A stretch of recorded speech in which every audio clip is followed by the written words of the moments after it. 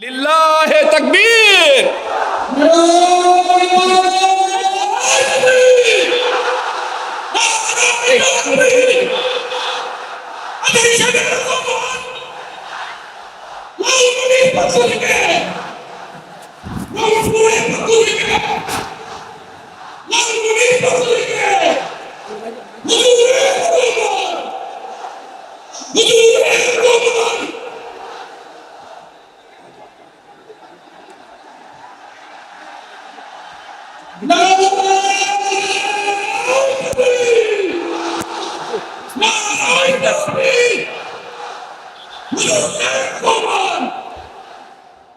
সকল প্রশংসার মালিককে, সকল ক্ষমতার উৎসকে। কেউ যেটা পারে না পারে কে, কেউ যেটা দেখে না দেখে কে, কেউ যেটা দেয় না দেয় কে। সে আল্লাহ রাব্বুল ইজ্জা ওয়াল জালালের দরবারে আমরা শুকর গুজার হচ্ছি। আমরা সবাই আওয়াজ করে পড়ে নিচ্ছি কালিমাতুশ শুকর, আলহামদুলিল্লাহ। গলা ছেড়ে দিয়ে আওয়াজ করে, প্রিয় লালমনিরহাটের ভাইয়ের আওয়াজ করে সবাই পড়ুন, রব্বানা লাকাল হামদ হামদান কাসীরান তাইয়্যিবান মুবারাকান ফীহি ইয়া রাব্বি লাকাল হামদু কামা ইয়ানবাগি লিজালালি ওয়াজহিকা ওয়া আযীমি সুলতানিকা লাকাল হামদু বিল ঈমান লাকাল হামদু বিল ইসলাম লাকাল হামদু বিল কুরআন। আমরা আল্লাহ রাব্বুল ইজ্জা ওয়াল জালালের দরবারে শুকরিয়া জ্ঞাপনের পাশাপাশি আজকের এই প্রোগ্রামের ইন্তেজামিয়া কমিটি, ইসলামিক সোসাইটি লালমনিরহাটকে অন্তরের অন্তঃস্থল থেকে ধন্যবাদ জানাতে চাই, শুভেচ্ছা জানাতে চাই। যারা দীর্ঘদিন টানা পরিশ্রম শেষে আজকে লালমনিরহাট জেলায়, যেটা আমার বেসিকলি রংপুর বিভাগের প্রোগ্রাম ছিল, এই ঐতিহাসিক প্রোগ্রামের আয়োজন তারা করেছে, আলহামদুলিল্লাহ। আজকের প্রোগ্রামে সম্মানিত সভাপতি, প্রধান অতিথি, বিশেষ অতিথি, মঞ্চে উপবিষ্ট আপনাদের অত্র এলাকার মা ও মাটির সন্তানেরা, নেতৃবৃন্দ, কমিউনিটি লিডার্স, লালমনিরহাট জেলার সম্মানিত ব্যবসায়ী ভাইয়েরা, চাকরিজীবী ভাইয়েরা,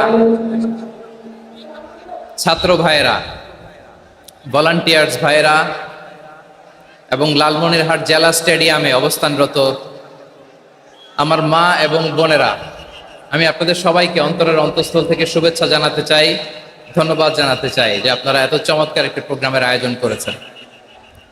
প্রিয় ভাইয়েরা, আপনারা জানেন যে আমি প্রতি বিভাগে একবার করে সফর করছি।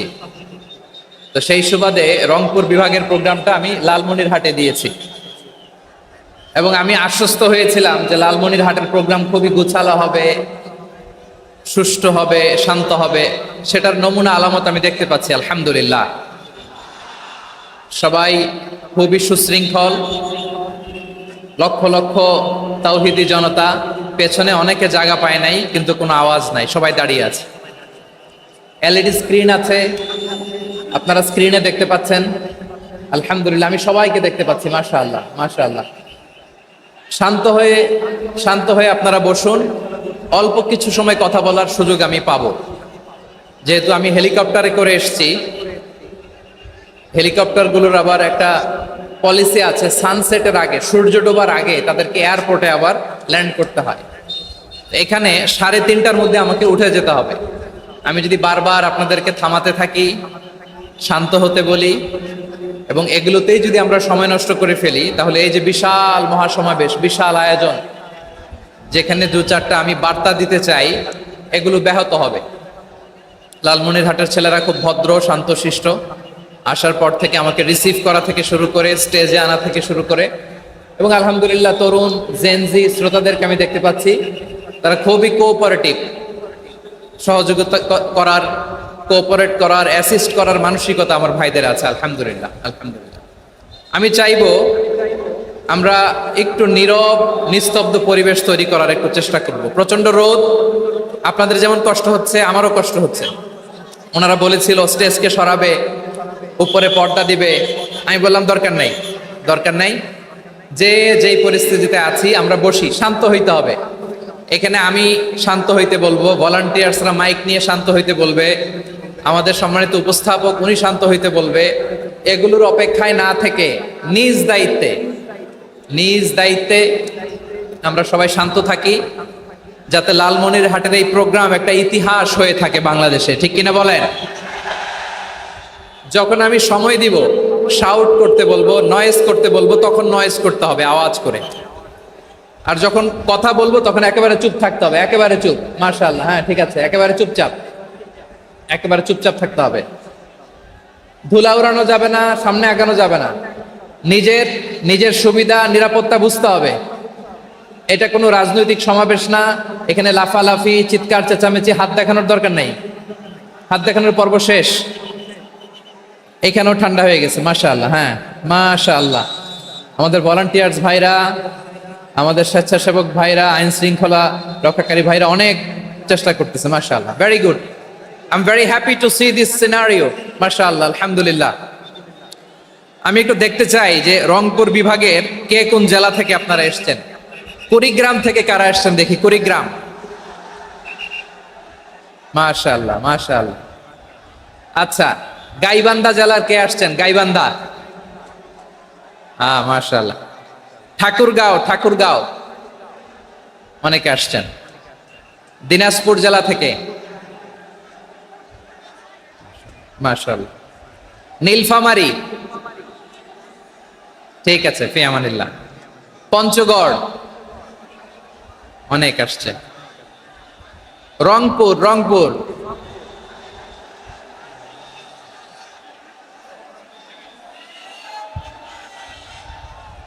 মাশাআল্লাহ মাশাআল্লাহ, ঠিক আছে। লালমনিরহাটের কারা দেখি, লালমনিরহাট।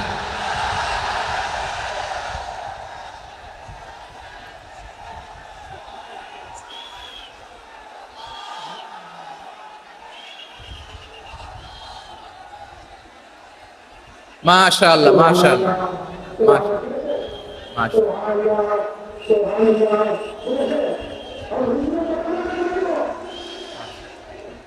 ঠিক আছে। আচ্ছা, এই রংপুর বিভাগের বাইরে থেকে অন্য জেলার কারা কারা আসছেন দেখি, তাও আছে অনেকে, মাশাআল্লাহ, ঠিক আছে। আজকের প্রোগ্রামে উপস্থিত আছেন প্রধান অতিথি হিসেবে অধ্যক্ষ আসাদুল হাবিব দুলু ভাই, সাংগঠনিক সম্পাদক বিএনপি, জাতীয় নির্বাহী কমিটির সভাপতি, জেলা বিএনপি লালমনিরহাট। বিশেষ অতিথি হিসেবে আমাদের অনেক ভাইরা এসছেন, সবাইকে শুকরিয়া জানাই। সভাপতিত্ব করছেন জনাব আব্দুল হাকিম। আইন শৃঙ্খলা বাহিনী, প্রশাসন, ভলান্টিয়ার্স, শুনেছি আমি প্রায় 5,000 ভলান্টিয়ার্স আপনারা নিয়োগ দিয়েছেন, আলহামদুলিল্লাহ। অনেক গোছালো প্রোগ্রাম। আমার প্রাণ ঢালা ভালোবাসা জানবেন, আমার হৃদয়ের গহীন থেকে ভালোবাসা নেবেন, শুভেচ্ছা জানবেন সবাই, ঠিক আছে। প্রিয় ভাইরা, আমরা আর কাল বিলম্ব না করে মূল আলোচনায় চলে যেতে চাই। আজকে যে টপিকের উপর আমি কথা বলবো, টপিকটা হচ্ছে peaceful coexistence and communal harmony, শান্তিপূর্ণ সহাবস্থান এবং সাম্প্রদায়িক সম্প্রীতি। আমাদের বাংলাদেশে সাম্প্রদায়িক সম্প্রীতি আছে না নাই? আবহমান কাল থেকে আমরা মুসলিম, হিন্দু, বৌদ্ধ, খ্রিস্টান, পাহাড়ি, নৃগোষ্ঠী মিলেমিশে একাকার, আমরা সবাই মিলে বাংলাদেশ। আওয়াজ করে বলেন ঠিক কিনা? আমাদের পারস্পরিক সম্প্রীতি, ভালোবাসা, সৌহার্দ্যপূর্ণ আচরণ, বোঝাপড়া, এটা বেশ মজবুত। তবে মাঝে মাঝে আমাদের এই সম্প্রীতির ভেতরে অনেকে ফাটল ধরাতে চায়। আমরা যে সুখে আছি, শান্তিতে আছি, এটা অনেকের ভালো লাগে না, ঠিক কিনা বলেন? আমাদের মধ্যে সাম্প্রদায়িক সম্প্রীতি, সৌহার্দ্যপূর্ণ আচরণ, ভালোবাসা, এটা আবহমান কাল ধরে আছে। তার প্রমাণ, আমরা তাফসিরুল মাহফিলের আয়োজন করলে আমাদের হিন্দু ভাইরা ডিস্টার্ব করে না, ঠিক কিনা? এবং আমি যদি বলি হাত তোলেন, হিন্দু ধর্মের কারা কারা এসেছেন, কত শত কত হাজার যে হাত উঠবে, আপনি অবাক হয়ে যাবেন। আমি চাচ্ছি না হাত উঠাতে। খুলনাতে সর্বশেষ যে আমি প্রোগ্রাম করে গেলাম, সেখানে কয়েকশো হিন্দু ভাই আসছে আমাদের আলোচনা শুনতে, আলহামদুলিল্লাহ। অনেক বৌদ্ধরা আসে, অনেক খ্রিস্টানরা আসে। এবার সফরেও অনেক হিন্দু ভাইরা আমার সাথে দেখা করেছে, তারা বলেছে হুজুর আমরা আপনার আলোচনা শুনি। আলহামদুলিল্লাহ বলেন। So it's our responsibility to present our religion to our non-Muslim brothers and sisters. আমাদের অমুসলিম ভাই বোনদের কাছে ইসলামের সৌন্দর্য তুলে ধরা এটা আমাদের দায়িত্ব। We all are the ambassador of Islam. আমরা প্রত্যেকে দায়িত্বশীল, আমরা প্রত্যেকে এক একজন ইসলামের অ্যাম্বাসেডর। আলহামদুলিল্লাহ বলেন। এজন্য এমন ভাবে দ্য বিউটি অফ ইসলাম, ইসলামের সৌন্দর্য আমাদেরকে ফুটিয়ে তুলতে হবে যাতে করে নন মুসলিমরা শাহাদা পড়ে কালিমা পড়ে মুসলমান হয়ে যায়। অনেক নন মুসলিম ভাই বোন আমাদের হাতে শাহাদা পড়ে কালিমা পড়ে মুসলমান হয়েছে অনেক। সো আমরা যেন ইসলামের বিউটিটাকে তুলে ধরতে পারি এবং এই যে সম্প্রীতি এটাকে যেন আমরা অটুট রাখতে পারি। আদতে আদতে বাংলাদেশের ইতিহাস বলে আমাদের দেশে কোনো দাঙ্গা নাই, আছে? লালমনিরহাটের ভাইয়ের আওয়াজ করে বলেন আমাদের দেশে হিন্দু মুসলিম দাঙ্গা আছে? আমরা ভাই ভাই, আওয়াজ করে বলুন তো আমরা কি ভাই ভাই। কিন্তু কিছু দুষ্ট লোক আছে, তারা আমাদের সম্পর্কের মধ্যে ফাটল ধরাতে চায়, ঠিক কিনা বলেন? মাঝে মাঝে ঝগড়া লাগাতে চায়। দেখবেন পত্রপত্রিকায় দেখা যায় বিভিন্ন ধর্মীয় উপাসনালয়গুলোতে হামলা চালানো হয়। এগুলো রাজনৈতিক উদ্দেশ্য প্রণোদিত, এগুলোর সাথে ইসলামের কোনো সম্পর্ক নাই। এজন্য এই দুর্বৃত্তদের ব্যাপারে আমাদের সাবধান থাকতে হবে। আমরা সবসময় যেমনি ঐক্যবদ্ধ, ইউনাইটেড, আমরা যদি এরকম ইউনাইটেড থাকি এই সমস্ত দুর্বৃত্তদের কালো হাত ভেঙে দিতে আমাদের 1 ঘন্টাও লাগবে না। চিল্লায় বলো ঠিক কিনা? আমরা সংঘবদ্ধ থাকবো। এই যে আমাদের পিসফুল কোএক্সিস্টেন্স, শান্তিপূর্ণ সহাবস্থান। হিন্দুরা পূজা করে, যেদিন হিন্দুদের পূজা অনুষ্ঠান আমরা ওই দিন তাফসির মাহফিল করি না, ঠিক কিনা বলেন? যেদিন আমাদের তাফসিরুল কোরআনের প্রোগ্রাম ওই দিন আমাদের হিন্দু ভাইরা ডিস্টার্ব করে না। সুবহানাল্লাহ। হিন্দুদের পূজা অনুষ্ঠানে মাদ্রাসার ছাত্র যে পাহারা দেয়, গোটা বিশ্বে এরকম দৃষ্টান্ত নজির বিরল, ঠিক কিনা বলেন? আইন শৃঙ্খলা বাহিনীর পাশাপাশি মাদ্রাসার ছাত্ররা যে সেখানে পাহারা দেয়, গোটা পৃথিবীতে এই দৃষ্টান্ত আপনি পাবেন। মাদ্রাসার ছাত্ররা তারা তো কোরআনের ধারক, তারা হাদিসের ধারক, তারা কেন মন্দির পাহারা দিবে? এই সম্প্রীতিকে ধরে রাখার জন্য, এই সৌহার্দ্যকে ধরে রাখার জন্য, আমাদের পারস্পরিক ভালোবাসাকে অটুট রাখার জন্য। আওয়াজ করে বলতে হবে ঠিক কিনা? এখন বলেন আমাদের এই ভালোবাসা অটুট থাক আমরা চাই কি চাই না? আমরা হিন্দু মুসলিম মিলেমিশে শান্তিপূর্ণ সহাবস্থান, সাম্প্রদায়িক সম্প্রীতি, লালমনিরহাটের ভাইয়ের আওয়াজ করে বলুন এই সাম্প্রদায়িক সম্প্রীতি আমরা চাই কি চাই না? আল্লাহ এই দেশকে তুমি বরকতময় করো, বাংলাদেশকে তুমি শান্তিময় করো। আওয়াজ করে সবাই বলেন আমিন। এই জায়গাটাতে সামান্য একটু আওয়াজ হচ্ছিল, এটাও থেমে গেছে। আলহামদুলিল্লাহ, আলহামদুলিল্লাহ। এখন একেবারে everything is in my control. মাশাআল্লাহ। ঠিক আছে, আমি মূল আলোচনায় যাই। প্রিয় ভাইরা, আমি বলেছিলাম আমার আলোচনার বিষয় হচ্ছে শান্তিপূর্ণ সহাবস্থান, সাম্প্রদায়িক সম্প্রীতি। আমরা দেখব ইসলাম আমাদেরকে কি কি দিক নির্দেশনা দেয়। শান্ত হইতে হবে। খরগোশের কানের মতো কান দুটো আমার দিকে করে রাখেন। আমি এখনো উঠে যাব, হাত নাড়ায় লাভ নাই, আমি উঠে যাব। তাকায় থাকো আর কান খাড়া, আওয়াজ হবে না। হ্যাঁ, মাশাআল্লাহ, মাশাআল্লাহ, ঠিক আছে। আমরা দেখব যে রাসূল সাল্লাল্লাহু আলাইহি ওয়াসাল্লাম এই পিসফুল কোএক্সিস্টেন্সের জন্য আমাদের কি শিখিয়েছেন, কি কি গাইডলাইন দিয়েছেন। আমরা 1, 2, 3, 4 করে এগুলো আপনাদের সাথে শেয়ার করব। আমি আপনাদের খেদমতে সূরাতুল আনআমের 108 নম্বর আয়াত তেলাওয়াত করেছি। এখানে আল্লাহ রাব্বুল ইজ্জা ওয়াল জালাল তিনি ইরশাদ করছেন, ওয়ালা তাসুব্বুল্লাযীনা ইয়াদউনা মিন দুনিল্লাহি ফায়াসুব্বুল্লাহা আদওয়াম বিগাইরি ইলম কাযালিকা যায়্যান্না লিকুল্লি উম্মাতিন আমালাহুম সুম্মা ইলা রাব্বিহিম মারজিউহুম ফায়ুনাব্বিউহুম বিমা কানু ইয়ামালুন। রব্বুল আলামিন বলেন, গোলাম ও আমার ইমানদার বান্দারা শোনো শোনো, ও আমার বিশ্বাসী বান্দারা শোনো শোনো, লা তাসুব্বুল্লাযীনা ইয়াদউনা মিন দুনিল্লাহ ফায়াসুব্বুল্লাহা আদওয়াম। বিগাইরি ইলম। ও আমার বিশ্বাসী বান্দারা, যারা আল্লাহকে ব্যতি রেখে, আল্লাহকে বাদ দিয়ে অন্য উপাস্যকে ডাকে, দেবীর পূজা করে, দেবতাদের পূজা করে, তোমরা খবরদার তাদের গালি দিও না। আওয়াজ করে বলেন, কি দিও না? আল্লাহ বলেন, ও বিশ্বাসীরা শোনো, যারা আল্লাহকে বেছে রেখে দেবীর পূজা করে, অন্য উপাস্যের পূজা করে, তাদেরকে ডাকে, ওই দেবতাদেরকে তোমরা গালি দিও না। যদি ওই দেবতাদেরকে গালি দাও, তাহলে ভুলবশত, শত্রুতাবশত তারা তোমাদের রব আল্লাহকে গালি দেবে, ঠিক কি না? তোমরা যদি তাদের দেবতাদের গালি দাও, ওরা রেগে তোমার আল্লাহরে গালি দিবে, তাহলে আল্লাহরে গালি খাওয়ানোর কারণ হয়ে গেলাম আমি, ঠিক কি না? বলেন।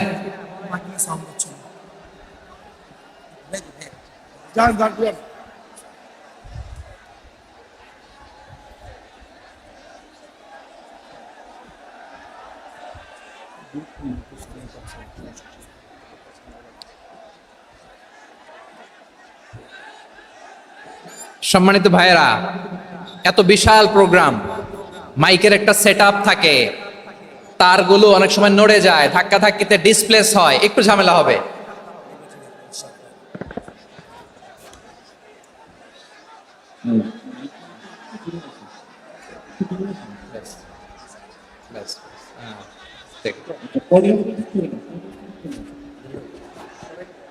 ঠিক আছে,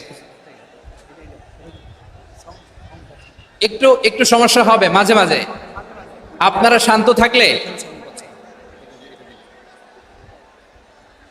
শান্ত থাকতে হবে। এইভাবে সাউন্ড নাই, এই নাই, এই বলতে বলতে আমার সময়ও নাই, উঠে যেতে হবে, এগুলো বোকামি। এই বিভাগীয় প্রোগ্রামগুলোতে যাই, চিৎকার চেঁচামেচি করে তোমরা আসো, সময় শেষ, আমাকে উঠে যেতে হয়। আমরা তো বঞ্চিত হলাম। গুরুত্বপূর্ণ অনেক কথা শোনাবো তোমাদের, অনেক। প্রিয় ভাইরা, আপনারা শান্ত হয়ে বসুন, শান্ত হয়ে। রব্বুল আলামিন বলেন, খবরদার বিশ্বাসীরা, আল্লাহ ছাড়া যারা অন্যান্য উপাস্যদেরকে ডাকে, দেবতাদেরকে ডাকে, তাদেরকে তোমরা গালি দিও না। ওই সমস্ত দেবতাদেরকে যদি তোমরা গালি দাও, তাহলে তারা আল্লাহকে গালি দিবে, ঠিক কিনা বলেন? আমরা দেবতাদের গালি দিলে ওরা আল্লাহকে গালি দিবে। রব্বুল আলামিন বলেন, খবরদার দেবতাদেরকে গালি দিও না, তাহলে ওরা তোমার রব আল্লাহরে গালি দেবে। প্রতিটি জাতির জন্য তাদের কাজকে আমি আল্লাহ সুশোভিত করে রেখেছি, তারা সবাই একদিন আমার কাছেই ফিরে আসবে। এরপর আমি রব্বুল আলামিন তাদের আমলনামা তাদেরকে জানিয়ে দেব। সুবহানাল্লাহ পড়ে। প্রিয় ভাইরা, আল্লাহ তাআলা বলেছেন, খবরদার গালি দিও না। আদেশটা কার? আওয়াজ করে বলেন তো। হিন্দুদের দেবতা দেবদেবীদেরকে গালি দেওয়া যাবে না। আওয়াজ করে বলুন প্রিয় ভাইরা, এই আদেশটা কার? এই আপনাদের গলার আওয়াজ। অন্য ধর্মের দেবতাদেরকে যে গালি দেওয়া যাবে না, এই আদেশটা কার? আরো জোরে বলুন, কার? গালি দিবেন কোন দেবতাকে? দিবেন? যদি দেন, তাহলে ওরা আল্লাহরে গালি দিবে। তাহলে আল্লাহরে গালি খাওয়াইলো কে? আপনি, ঠিক কিনা বলেন? আমি আল্লাহকে গালি খাওয়ানোর কারণ হলাম, কারণ আমি যদি গালি না দিতাম, ওরা আমার রবকে গালি দিত না। আওয়াজ করে বলেন, ঠিক কিনা? তাহলে প্রিয় ভাইরা, ইসলাম আমাদেরকে শিখায়, সূরাতুল আনআমের 108 নম্বর আয়াত থেকে আমরা বুঝলাম, কোন ধর্মকে ছোট করা যাবে না। অন্য ধর্মকে ছোট করা মানে ইসলামকে ছোট করা। অন্য ধর্মের দেবতাকে গালি দেওয়া মানে আল্লাহকে গালি খাওয়ানো। আওয়াজ করে বলেন, ঠিক কিনা? খবরদার, এটা করা যাবে না। আর অন্য ধর্মের দেবতাকে যদি আপনি গালি দেন, ওরা ইসলাম থেকে দূরে সরে যাবে। যাও ইসলামের প্রতি আকৃষ্ট হয়েছিল, আর কোনোদিন ইসলামের ধারে কাছে আসবে না। আওয়াজ করে বলেন, ঠিক কিনা? এজন্য কখনো কোনোদিন অন্য ধর্মের দেবতাদেরকে গালি দেওয়া যাবে না। অন্য ধর্মের কোনো দেবতাদেরকে আমরা গালি দিব না, গালি দিব না, বরং ইসলামের beauty, the beauty of Islam, ইসলামের সৌন্দর্যকে আমরা তুলে ধরব। আমরা যদি বিশ্বনবী সাল্লাল্লাহু আলাইহি ওয়াসাল্লামের জীবনের দিকে তাকাই, তাহলে আমি দেখব বিষ্ণু ইসলাম মক্কাতে কিংবা মদিনাতে অন্য ধর্মের লোকদের সাথে খুব পিসফুলি লাইফ লিড করেছেন। হোক মুশরিক, হোক খ্রিস্টান, হোক ইহুদি, বিশ্বনবী সবার সাথে মিলেমিশে ছিলেন। আলহামদুলিল্লাহ বলেন। ইসলাম হচ্ছে পিসফুল রিলিজিয়ান। অন্য ধর্মের প্রতি সহনশীলতার সবক ইসলাম আমাদেরকে দেয়। কিন্তু প্রতিটি মুসলিমের এটা মনে রাখতে হবে, আল্লাহর কাছে পছন্দনীয়, গ্রহণযোগ্য ধর্ম জীবনাদর্শ একটি, সেটা হচ্ছে ইসলাম। আওয়াজ করে বলেন সেটা কি? লালমনিরহাটের ভাইয়েরা আওয়াজ করে বলুন, আল্লাহর কাছে মনোনীত ধর্ম একটি, সেটা কি? এজন্য রব্বুল আলামিন বলেন, ইন্নাদ-দীনা ইনদাল্লাহিল ইসলাম, আল্লাহর কাছে মনোনীত গ্রহণযোগ্য অ্যাকসেপ্টেড ধর্ম মতাদর্শ একটা, সেটা হলো ইসলাম। ইসলাম ছাড়া অন্য কোনো ধর্ম যদি কেউ তালাশ করে, তার ওই ধর্ম আল্লাহ গ্রহণ করবে না। ওমাই ইয়াবতাগি গায়রাল ইসলামি দীনান ফালাই ইউকবালা মিন ওয়া হুয়া ফিল আখিরাতি মিনাল খাসিরিন।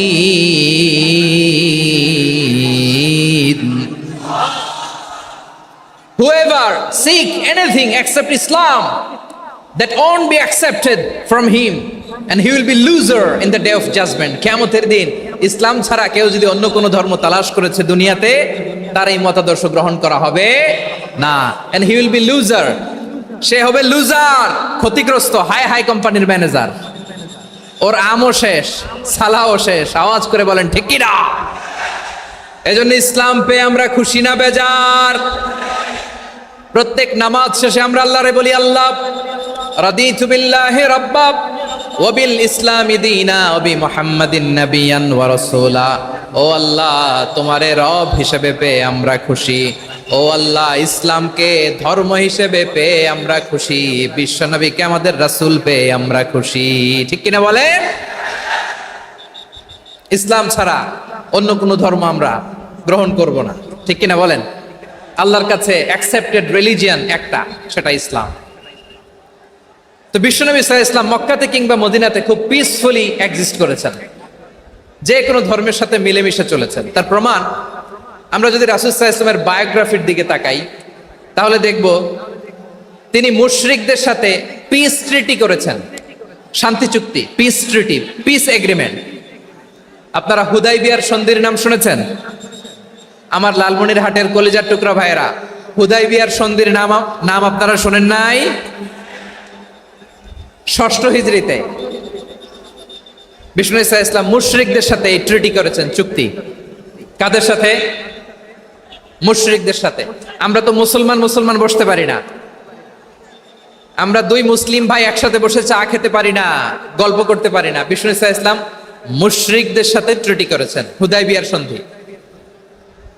এই সন্ধির আগে মক্কা থেকে কেউ মদিনায় যেতে পারে না, মদিনা থেকে কেউ মক্কায় যেতে পারে না। কিন্তু এই সন্ধির পরে ট্রাফিক স্বাভাবিক হয়ে গেল।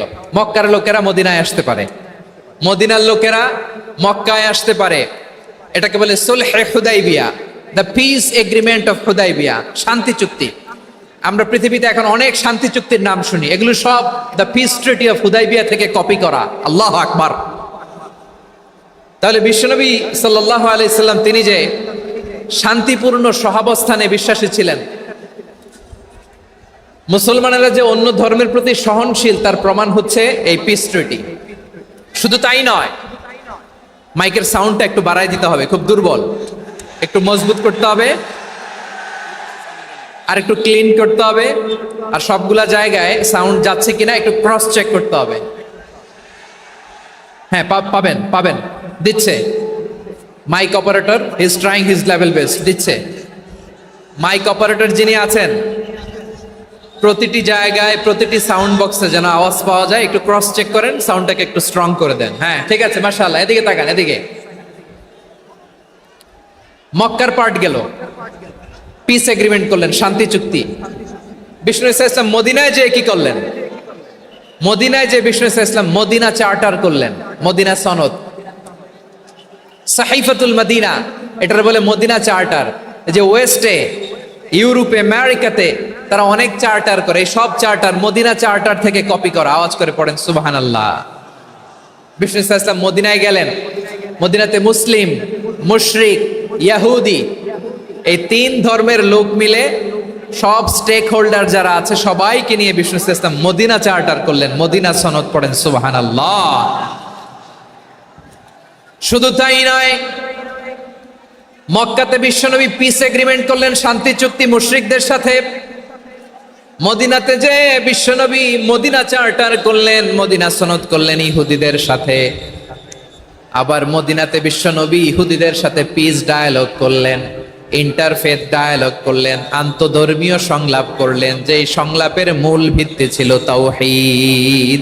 মূল ভিত্তি ছিল কি? তাওহীদ। বিশ্বনবী ইহুদিদেরকে ডাকলেন, আহ্বান করলেন, কুল ইয়া আহলাল কিতাবি তাআলাউ ইলা কালিমাতিন সাওয়াইন বাইনানা ওয়া বাইনাকুম আল্লা না'বুদা ইল্লাল্লাহ ওয়া লা নুশরিকা বিহি শাইআন ওয়া লা ইয়াত্তাখিযা বা'দুনা বা'দান أربابا من دون الله فإن تولوا فقولوا اشهدوا بأننا مسلمون سبحان الله পড়েন। বিশ্বনবী মদিনার ইহুদিদের ডেকে বললেন, ও ইহুদিরা শোনো শোনো, আসো এমন একটা আদর্শের প্রশ্নে আমরা একত্রিত হই যে আদর্শের প্রচার তোমাদের নবীরাও করেছে, আমিও করি। যে আদর্শের কথা তোমাদের পবিত্র ধর্মগ্রন্থগুলোতে আছে, আমার কোরআনেও আছে, সেটা হলো তাওহীদ। আমরা এক আল্লাহ ছাড়া কারো ইবাদত করব না, আল্লাহর সাথে কাউরে শরীক করব না, আল্লাহ ছাড়া কাউরে রব মানব না। পড়েন সুবহানাল্লাহ। তাহলে আমার প্রিয় লালমনিরহাটের ভাইরা, মদিনাতে যেয়ে তিনি মদিনা চার্টার করলেন, মদিনা সনদ, পিস ডায়ালগ করলেন, শান্তির সংলাপ, ইন্টারফেথ ডায়ালগ করলেন, আন্তধর্মীয় সংলাপ, যার ভিত্তি ছিল তাওহীদ। সুবহানাল্লাহ পড়েন। তাহলে অন্য ধর্মের প্রতি সব সময় ইসলাম সহনশীল, টলারেন্স। যদি আপনি দেখতে চান ইসলামের নবী বিশ্ব নবীর দিকে তাকান, ঠিক কিনা বলেন? আমরা তো সংখ্যালঘুদের রাইটস প্রোটেক্ট করার জন্য কত আইন বানাই, কত বৈঠক করি, কত সংবাদ সম্মেলন করি। বিষ্ণু সাল্লাল্লাহু আলাইহি ওয়াসাল্লাম সংখ্যালঘুদের রাইটসের ব্যাপারে, অধিকারের ব্যাপারে যে কথা বলেছেন, শুনলে আপনি অবাক হয়ে যাবেন।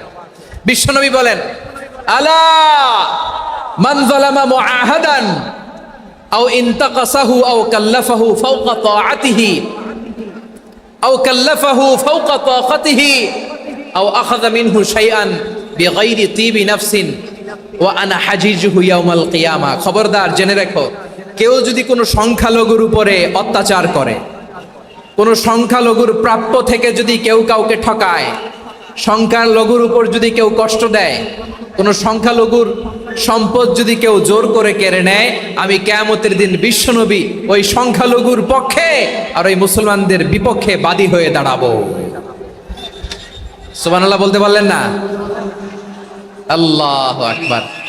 আপনি নামাজি, আপনি মুসল্লি, আপনি হাজী সাহেব, তাহাজ্জুদ পড়তে পড়তে কপালে দাগ ফেলে দিছেন, আপনার প্রতিবেশী হিন্দু, ভাবছেন আমার তো পাওয়ার আছে, ওর জমিটা দখল করি।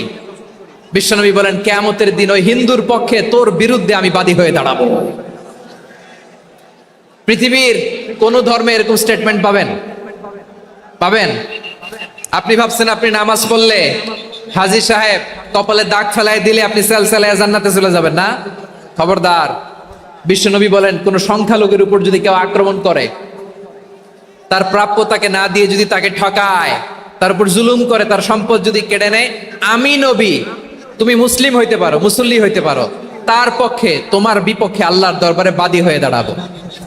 আচ্ছা লালমনিরহাটের ভাইরা, কথা বুঝতে পারলে আওয়াজ করে উত্তর দেন। বিশ্বনবী যদি কারো বিপক্ষে দাঁড়ায় কিয়ামতের দিন, আই রিপিট, আমি আবারও বলছি, বিশ্বনবী যদি কিয়ামতের দিন কারো বিপক্ষে দাঁড়ায়, ও তো সেলসেলায়া জান্নাতি, তাই না? জান্নাতি না? যে নবীর সুপারিশ ছাড়া জান্নাতের গেটও দেখা যাবে না, ওই নবী যদি বলে তোর বিপক্ষে আমি বাদী হয়ে দাঁড়াবো, ওই জান্নাতে আর ঢোকার কোনো সুযোগ আমাদের থাকবে? এখানেই শেষ না আমার প্রিয় লালমনিরহাটের ভাইয়েরা, এখানেই শেষ নয়। বিশ্বনবী বলেন, মান কাতালা মুআহাদান, বুখারীর বর্ণনা, মান কাতালা মুআহাদান লাম ইয়ারাহ রাইহাতাল জান্নাহ। কেউ যদি, কোন মুসলিম যদি অন্যায়ভাবে কোনো সংখ্যালঘুকে হত্যা করে, কোনো হিন্দুকে হত্যা করে, কোনো বৌদ্ধরে হত্যা করে, অন্যায়ভাবে কোনো মুসলিম যদি কোনো সংখ্যালঘুরে হত্যা করে, জান্নাতে যাওয়া তো দূরের কথা, ওই মুসলিম জান্নাতের ঘ্রাণও পাবে না। সেই বুখারীর বর্ণনা, মান কাতালা মুআহাদান লাম ইয়ারাহ রাইহাতাল জান্নাহ। ওয়া ইন্না রিহাহা লা ইউজাদু মিন মাসিরাতি 40 আমা, যে জান্নাতের ঘ্রাণ 40 বছর দূরের রাস্তা থেকেই পাওয়া যায়। সুবহানাল্লাহ পড়েন। প্রিয় ভাইরা, এখান থেকে জান্নাতে পৌঁছতে লাগবে 40 বছর। এত দূর, কত বছর? সবাই বলেন কত বছর? এখান থেকে জান্নাতে পৌঁছতে লাগবে 40 বছর। এত দূরে থাকতেই জান্নাতের ঘ্রাণ আপনার নাকে এসে ধাক্কা মারবে। বিষ্ণুই বলেন, যে ব্যক্তি কোন সংখ্যালঘুকে হত্যা করে জান্নাতের ঘ্রাণ তো পাবেই, জান্নাতে তো ঢুকতে পারবেই না, জান্নাতের ঘ্রাণও তার নাকে লাগবে না। পড়েন না আউযুবিল্লাহ। তাহলে সংখ্যালঘুদের ব্যাপারে ইসলামে অধিকার দেয়া আছে না নাই? লালমনিরহাটের ভাইয়ের আওয়াজ করে বলেন, আমার সংখ্যালঘু হিন্দু ভাইদের রাইটস, অধিকার আমাদের ইসলামে প্রোটেক্টেড আছে না নাই? এখানেই শেষ না। বিষ্ণু ইসলাম আপনার অমুসলিম প্রতিবেশীর সাথে ভালো আচরণ করতে বলেছে। আমাদের হয় না এটা মুসলিম পাড়া, ওটা বৌদ্ধ পাড়া, হয় না? অনেক সময় হয় না এটা আমাদের মুসলিম পাড়া, ওইটা হিন্দু পাড়া, এরকম আছে না নাই? লালমনিরহাটে নাই না? আছে? হিন্দু যদি আপনার প্রতিবেশী হয় কি করবেন? ওরে কষ্ট দিবেন নাকি? কেন? ও তো হিন্দু, ও তো আমার আল্লাহরে ডাকে না, ওরে কষ্ট দিলে জায়েজ হবে না? খবরদার। বিষ্ণু ইসলাম বলেন, মান কানা ইউমিনু বিল্লাহ ওয়াল ইয়াউমিল আখির ফালিউকরিম জারাহ, যে আল্লাহ বিশ্বাস করে আর আখিরাতে বিশ্বাস করে সেজন্য প্রতিবেশীর সাথে ভালো আচরণ করে। সুবহানাল্লাহ। কলিজা জুড়ায় যায় না আমার নবীর কথাগুলো শুনলে? যে আল্লাহ বিশ্বাস করে, যে আখিরাতে বিশ্বাস করে সেজন্য প্রতিবেশীর সাথে ভালো আচরণ করে। এখানে বলছে মুসলিম প্রতিবেশী বলছে, নামাজি প্রতিবেশী বলছে, আল্লাহওয়ালা প্রতিবেশী বলছে না। প্রতিবেশী আস্তিক হোক নাস্তিক হোক, প্রতিবেশী মুমিন হোক মুশরিক হোক, প্রতিবেশী হইলেই তার সাথে ভালো আচরণের দরকার আছে না নাই? আমার প্রিয় লালমনিরহাটের ভাইয়েরা, বিষ্ণু ইসলাম ওনার ইহুদি প্রতিবেশীদের দেখাশোনা করতেন। আওয়াজ না শোনা যাক, আমারও তো দেখা যায়, আমারও তো দেখা যায়। তাকায় থাকেন, তাকায় থাকলে সওয়াব হবে। কোরআনের কথা যেখান থেকে হয় এদিকে তাকায় থাকলেই বরকত। তাকায় থাকেন। জি জি, মাইক, আমি তার মাইক ঠিক করতে আসি না এদিকে, এই মাইক ঠিক করব, ওই মাইক ঠিক করব, ওদিকে পাইলট বলবে হুজুর চলে আসেন। জি বসুন, বসুন, মাশাআল্লাহ। হ্যাঁ, খুব শান্ত, ঠিক আছে। পুলিশ ভাইরা না খেয়ে দিনরাত আপনারা যাতে সুশৃঙ্খল একটা প্রোগ্রাম উপহার পান এটাই চেষ্টা করতেছে, আপনাদেরকে কষ্ট দিতে আসে নাই। একটু একটু সহযোগিতা করেন। জি মাশাআল্লাহ, হ্যাঁ ঠিক আছে। আমার প্রিয় ভাইরা, প্রতিবেশী আস্তিক হোক নাস্তিক হোক, মুসলিম হোক হিন্দু হোক, তার সাথে ভালো আচরণ করতে হবে। বিষ্ণু ইসলাম ওনার ইহুদি প্রতিবেশীর বাসায় যেতেন। কোন প্রতিবেশী? ইহুদি। আওয়াজ করে বলেন কোন প্রতিবেশী? ইহুদি। এক ইহুদি কিশোর বিষ্ণু ইসলামের খেদমত করতে, ইহুদি ছেলে আমার নবীর খেদমত করতো, তারা ছিল নবীর প্রতিবেশী। তো অনেক দিন হয় ইহুদি ছেলেটা আসে না। বিষ্ণুনবী খোঁজ দিলেন, ঘটনা কি? একটা ইহুদি ছেলে না আমার খেদমতে আসতো, ছেলেটা কই? খোঁজ নিয়ে জানলেন ছেলেটা অসুস্থ। বিষ্ণু ইসলাম ওই ইহুদির বাড়িতে চলে গেলেন ওই ছেলেটাকে দেখা করার জন্য, ভিজিট করার জন্য। সুবহানাল্লাহ পড়বেন না? গেলেন, যে দেখে ইহুদি ছেলেটা মুমূর্ষ, জান জান যায় যায় ভাব, বিছানায় পড়ে আছে, তার বাবা দাঁড়ানো। বিশ্বনবী তার মাথার পাশে বসলেন, মাথায় হাত বুলিয়ে দিলেন, আর ছেলেটাকে বললেন আসলিম, হে ইহুদি ছেলে আসলিম, ইসলাম ধর্ম গ্রহণ করো। তো ছোট্ট ছেলে ভাবে আমরা ইহুদি, এখন ইসলাম ধর্ম গ্রহণ করলে আব্বা যদি বকা দেয়। ফানাযারা ইলা ওয়াজহি আবি, ছেলেটা তার বাবার চেহারার দিকে তাকালো, দেখি আব্বা কি কয়। আব্বা যদি বলে তাইলে ইসলাম ধর্ম গ্রহণ করো। ইহুদি ছেলেটা তার বাবার দিকে যখন তাকালো, ওর বাবা বলে আতি আবুল কাসিম, আবুল কাসিম যা বলে তাই করো। আবুল কাসিম হচ্ছে বিষ্ণু ইসলামের একটা কুনিয়াত, উপনাম। আমার রাসূলের বড় ছেলের নাম ছিল কাসেম। যেমন দেখবেন আমাদের এলাকায় কারো ছেলের বড় ছেলের নাম যদি হয় আব্দুল্লাহ, এরা আব্দুল্লাহর বাপ বলে ডাকে। কারো বড় মেয়ের নাম যদি হয় ফাতেমা, এরা কি ডাকে? ফাতেমার বাপ বলে না? তো বিষ্ণু ইসলামের বড় ছেলের নাম ছিল কাসেম। ইহুদি বাবা বলল আতি আবুল কাসেম, আবুল কাসেম যা বলে তাই শোনো, মানে মোহাম্মদ যা বলে তাই শোনো। এই কথা শুনে ছেলে সাহস পাইছে, ছেলে আবার পড়তে আরম্ভ করলো, আশহাদু আল্লাহ ইলাহা ইল্লাল্লাহ ওয়া আশহাদু আন্না মুহাম্মাদার রাসূলুল্লাহ। পড়েন আল্লাহু আকবার।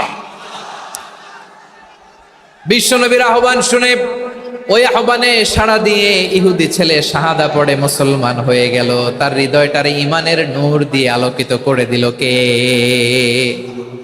প্রিয় ভাইরা, এবার রাসূল সাল্লাল্লাহু আলাইহি ওয়াসাল্লাম বের হয়ে আসলেন ঘর থেকে আর বললেন, আলহামদুলিল্লাহিল্লাযী আনকাযাহু মিনান নার।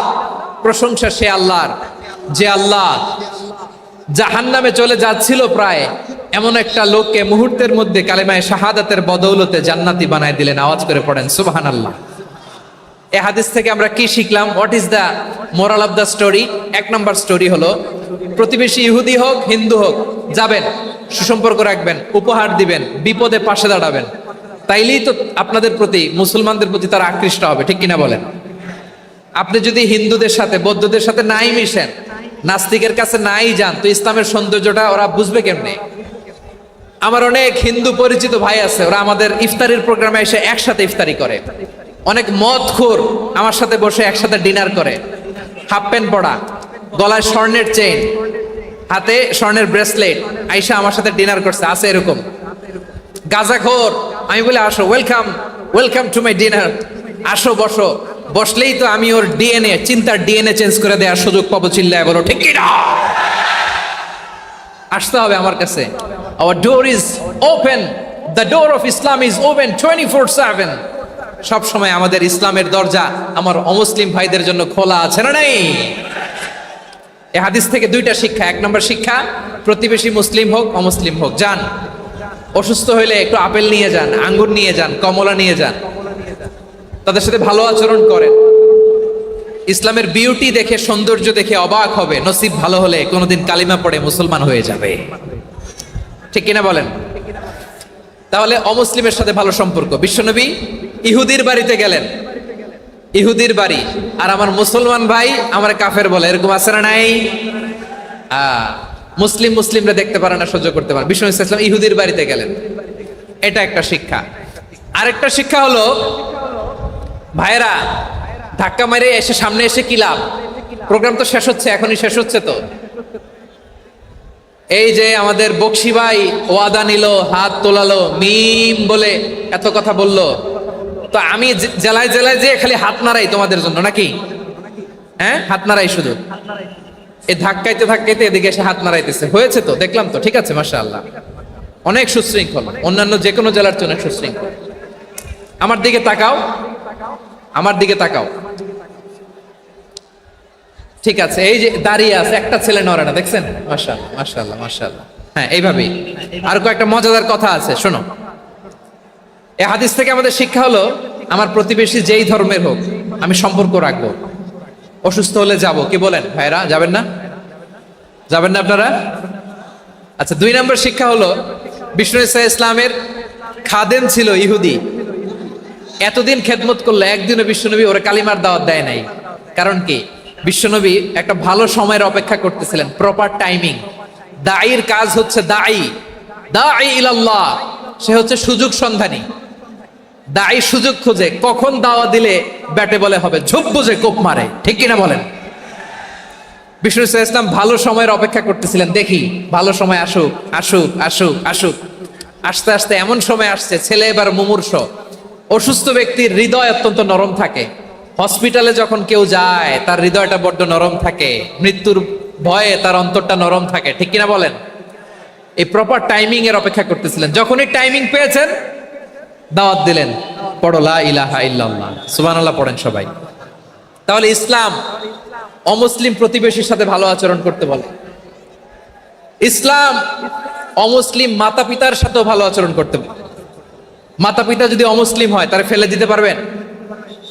পারবেন? আমার লালমনিরহাটের ভাইয়েরা, অনেক হিন্দু ছেলে আমাদের হাতে শাহাদা পড়ে মুসলিম হয়, কিন্তু ওর মা মুসলমান হয় নাই, বাবাও হয় নাই, এরকম আছে না নাই? তো ও হয়েছে মুসলিম, মা বাপ হিন্দু, এখন মা বাপ কি বাদ? হ্যাঁ, মা বাপ বাদ দেয়া যাবে? যেই মা আপনারে 9 মাস 8 মাস পেটে ধারণ করলো, আপনার মায়ের নার ছেঁড়া ধন, আপনি ওই মারে বাদ দিতে পারবেন? যে মায়ের বুকের তাজা দুধ খেয়ে আপনি আজকে বাড়ন্ত তাজা তরতাজা, ওই মারে বাদ দেয়া যাবে? মায়ের এক ধারে দুধের দাম, কাটিয়া গায়ের চাম, পাপুষ বানাইলে ঋণের শোধ হবে না, এমন দরদি ভাবে কেউ হবে না আমার মাহা গো। মায়ের এক ধারে দুধের দাম, কাটিয়া গায়ের চাম, পাপুষ বানাইলে ঋণের শোধ হবে না, এমন দরদি ভাবে কেউ হবে না আমার মাহা গো। ঠিক কিনা? মাকে তো বাদ দেওয়া যায় না। وَقَضَى رَبُّكَ أَلَّا تَعْبُدُوا إِلَّا إِيَّاهُ وَبِالْوَالِدَيْنِ إِحْسَانًا। আল্লাহ বলে অবধারিত দুইটা ভার্ডিক্ট তোমাদের জন্য, এক আল্লাহর ইবাদত করবা আর মা বাবার প্রতি ইহসান করবা। আদেশটা কার? মা বাবার প্রতি ইহসান করতে হবে। আমার মা হিন্দু হোক ভালো আচরণ করতে হবে, বৌদ্ধ হোক ভালো আচরণ করতে হবে। আমার যে সমস্ত হিন্দু ভাইয়েরা মুসলিম হয়েছ, তোমাদের মা বাবা এখনো মুসলমান হয় নাই, তাদের সাথে ভালো আচরণ করতে হবে। আপনাদের খেদমত নিজে করতে হবে অথবা খেদমতের ব্যবস্থা করাই দিতে হবে। মান্থলি যে খরচ লাগে এটা দিতে হবে। আরে তুমি এখন মুসলিম, তোমার মা বাবা হিন্দু, এখনই তো সুযোগ ইসলামের সৌন্দর্য দেখানো। এখন মা বাবা যদি দেখে আরে এটা হিন্দু থাকতে তো বদমাইশ ছিল, বেয়াদব ছিল, কি এমন ধর্ম সে গ্রহণ করলো যেটা গ্রহণের সাথে সাথে সে পাল্টে গেল? কি এমন ধর্ম সে গ্রহণ করেছে যেটা তার জীবনকে আলোকিত করে দিয়েছে? নসিব ভালো হইলে তারাও কালিমা পড়ে মুসলমান হয়ে যাবে। বিষ্ণু ইসা ইসলামের স্ত্রীর নাম ছিল আয়েশা রাদিয়াল্লাহু তাআলা আনহা, আবু বকর রাদিয়াল্লাহু তাআলা আনহুর মেয়ে। আবু বকর রাদিয়াল্লাহু তাআলা আনহুর আরেক মেয়ের নাম হচ্ছে আসমা। কি নাম? দুজনই আবু বকর রাদিয়াল্লাহু তাআলা আনহুর মেয়ে, আসমা আর আয়েশা। নাম দুটা কেমন লাগে? আসমা নামটা কেমন লাগে? আয়েশা নামটা কেমন লাগে? সবার ভালো লাগে নাই? নাম দুটো আপনাদের ভালো লাগে? লালমনিরহাটে অনাগত যদি কন্যা সন্তান হয়, যদি মনে চায় আসমা রেখে দিতে পারবেন, যদি মনে চায় আয়েশা রেখে দিয়েন। দেশে বিদেশে এয়ারপোর্টে রাস্তাঘাটে শুধু বলে হুজুর একটা নাম দেন, আমার ছেলের একটা নাম দেন, মেয়ের একটা নাম দেন। তো আমার মনে আছে যশোরের 8 দিনের মাহফিলে আমি একটা দুইটা নাম দিয়েছিলাম। আজকে লালমনিরহাটের এই প্রোগ্রামে কন্যা সন্তান যদি হয় দুটা নাম দিলাম, আসমা কিংবা আয়েশা। ইনশাআল্লাহ পড়েন। দুজন বোন, এক মায়ের না, বাবা এক মা দুইজন। আয়েশা রাদিয়াল্লাহু তাআলা আনহার মায়ের নাম উম্মে রুমান, আর আসমা রাদিয়াল্লাহু তাআলা আনহার মায়ের নাম কুতাইলা বিনতে আব্দুল উজ্জা। আবু বকর রাদিয়াল্লাহু তাআলা আনহু 4টা বিয়ে করেছিলেন। তো একই ঘটনা ঘটেছে এই ফ্যামিলিতে। আসমা ইসলাম ধর্ম গ্রহণ করে মুসলিমা, কিন্তু তার মা কুতাইলা মুশরিকা। আই রিপিট, বোঝার জন্য আমি আবারও বলি, আসমা রাদিয়াল্লাহু তাআলা আনহা মুসলিমা, আর আসমার মা কুতাইলা, আওয়াজ করে বুঝে থাকলে বলেন, আসমার মা মুশরিকা। তার মানে মেয়ে মুসলিম, মা অমুসলিম। ভেজাল আছে না নাই? কিন্তু কুতাইলা আর ধৈর্য ধারণ করতে পারে না। নার ছেড়া ধন, কলিজার টুকরা ধন, কলিজার টুকরা সন্তান আসমারে দেখতে বড্ড মন চায়। সাইয়েদনা আসমা রাদিয়াল্লাহু তাআলা আনহা মক্কা থেকে হিজরত করে মদিনায় চলে গেলেন। হুদাইবিয়ার পর যখন মক্কা মদিনার ট্রাফিক স্বাভাবিক হলো, মক্কার লোক মদিনায় যায়, মদিনার লোক মক্কায় আসে। কুতাইলা কলিজার টুকরা সন্তান আসমারে দেখার জন্য কিছু উপহার নিয়ে বিশাল মরুপথ পাড়ি দিয়ে মক্কা থেকে মদিনায় যায়। সুবহানাল্লাহ বলেন। এখন মা আসছে মেয়ের সাথে দেখা করতে, মেয়ে তো আর দেখা দেয় না। মেয়ে ভাবছে আমার মা তো মুশরিকা, অপবিত্রা, তার সাথে কি দেখা দেয়া যাবে? বিশ্বনবীর দরবারে চলে গেলেন। সুবহানাল্লাহ বলেন। কি সৌভাগ্যবান ছিল তারা, মাসলা জানার দরকার হলেই নবীর দরবারে চলে যেত। ঘরে বউয়ের সাথে ঝগড়া হলে নবীর দরবারে চলে যেত। অনেক সাহাবী বলে আমার পেটে ক্ষুধা লাগলো আমি নবীর কাছে চলে যেতাম, কারণ নবীর চেহারার দিকে তাকালেই আমার পেটের ক্ষুধা মিটে যেত। সাইয়েদনা আসমা রাদিয়াল্লাহু তাআলা আনহা বিশ্বনবীর কাছে চলে গেলেন, যে বললেন ইয়া রাসূলুল্লাহ ইয়া হাবিবাল্লাহ ইন্না উম্মি কাদিমাতুন ইলাইয়া ওয়া হিয়া রাগিবা। আমার মা মক্কা থেকে অনেক দূর মরুর পথ পাড়ি দিয়ে উপহার সামগ্রী নিয়ে মদিনায় আমার সাথে দেখা করতে এসেছে গো নবী। আমার জানতে বড্ড ইচ্ছে হয় আমি আমার মুশরিকা মায়ের সাথে একটু দেখা করতে পারবো কিনা। আফা আসিলুহা, আগে যেমনি আমি আমার মায়ের সাথে ভালো আচরণ করতাম, যেমনি আমি আমার মায়ের সাথে সদাচরণ করতাম গো নবী, এখন আমি মুসলিমা মা মুশরিকা, এখনো কি আগের মতো সদাচরণ করতে পারবো নাকি? বিশ্বনবী বললেন নাম সিলিহা, হ্যাঁ রে আসমা, অবশ্যই অবশ্যই, আগে ঠিক যেমন তুমি তোমার মায়ের সাথে ভালো আচরণ করতে, এখনো তেমনি আগের মতো ভালো আচরণ করবা। আওয়াজ করে পড়েন সুবহানাল্লাহ। কি ইসলাম আমরা পেয়েছি! কত ব্রড মাইন্ডেড আমাদের ইসলাম, কত ওপেন মাইন্ডেড ইসলাম, কত ওপেন আপ করতে পারে, চিন্তা করতে পারেন। বিষ্ণু বললেন হ্যাঁ অবশ্যই, নাম সুলিহা, আগে যেমনি ভালো আচরণ করছো আসমা, এখন ওইরকমই করো, পারলে আরো বাড়াই করো। সুবহানাল্লাহ বলেন। তাহলে আমার যে হিন্দু ভাইয়েরা, হিন্দু বোনেরা, ইমানের বদৌলতে দৌলতে আপনি ধন্য হয়েছেন, আপনার আম্মা আব্বা এখনো মুসলমান হয় নাই, তাদের জন্য দোয়া করেন, তাদের জন্য দোয়া করেন, আল্লাহ যেন তাদেরকেও ইমানের দৌলত দান করে। আমরা সবাই পড়ি আমিন, আরো জোরে পড়েন আমিন। এখন বলেন, ইসলাম কি ন্যারো মাইন্ডেড রিলিজিয়ান না ব্রড মাইন্ডেড? লালমনিরহাটের যুবক ভাইরা আওয়াজ করো, ইসলাম কি ন্যারো মাইন্ডেড না ব্রড মাইন্ডেড? কতটা ব্রড মাইন্ডেড দেখেন। বিশ্বনবী সাল্লাল্লাহু আলাইহি সাল্লাম অমুসলিমরা যদি নবীকে উপহার দিত, ওই উপহারও বিশ্বনবী গ্রহণ করতেন। সুবহানাল্লাহ পড়েন। আপনার অমুসলিম বন্ধু যদি উপহার দেয়, সেটাও আপনি নিতে পারবেন, যেটা নেওয়া জায়েজ। কিন্তু আপনার বন্ধু যদি আপনার মদের বোতল দেয়, নিতে পারবেন? হ্যাঁ, মদের বোতল দিলে পারবেন না। আপনার বন্ধু যদি আপনার পর্ক দেয়, পর্ক, শুকরের গোশত মিশ্রিত কোনো খাবার, ওটা নিতে পারবেন না। হালাল যে কোনো জিনিস নিতে পারবেন। বিশ্বনবী সাল্লাল্লাহু আলাইহি ওয়াসাল্লাম অমুসলিমদের দেয়া হাদিয়া গ্রহণ করতেন। কেমন নবী ছিলেন! আমার নবীরে চিনে নেন, আমার নবীর অ্যাটিটিউড জেনে নেন। বিশ্বনবী সাল্লাল্লাহু আলাইহি ওয়াসাল্লাম যখন কোনো জনপদে যেতেন, 3টা অপশন নিয়ে যেতেন। প্রিয় ভাইয়ের আওয়াজ করে বলতে হবে, কোন জনপদে গেলে আমার নবীর অপশন থাকতো কয়টা? আমার মতো 3 আঙ্গুল উঁচু করে দেখান আর বলুন, আমার নবী কোন জনপদে গেলে কয়টা অপশন নিয়ে যেতেন? 1 নাম্বার অপশন আসলিম তাসলাম। নতুন এলাকায় গেলে বলতেন আসলিম তাসলাম, ইসলাম ধর্ম গ্রহণ করো, শান্তিতে থাকবা, আমার ভাই হয়ে যাবা, আমরা ভাই ভাই, ইসলাম মানো, আমরা ভাই ভাই।